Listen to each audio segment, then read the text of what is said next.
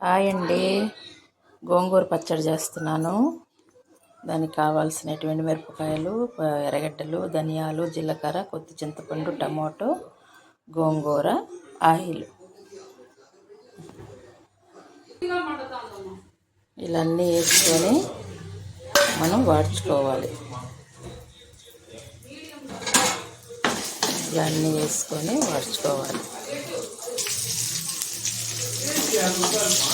టమాటా వేసుకొని వాడ్చుకోవాలి. ఇలా వాడ్చుకున్నాక కూడా గోంగూర దీంట్లో వేసుకోవాలి.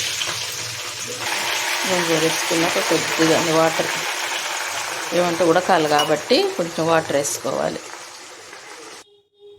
ఇలా గోంగూర వాడ్చుకొని పెట్టుకోవాలి. ఈ రెండు రోలు ఉంటే రోట్లో దంచుకోవచ్చు, లేకపోతే మిక్సీకి వేసుకోవచ్చు. చూపిస్తాను. ఇలా మిక్సీకి వేసుకోవాలండి. పచ్చడి చాలా బాగుంటుంది. గోంగూర పచ్చడి రోల్ లేదు కాబట్టి మిక్సీకి వేసాము మేము. రోటి పచ్చళ్ళు అయితే ఇంకా బాగుంటుంది. ఓకేనండి.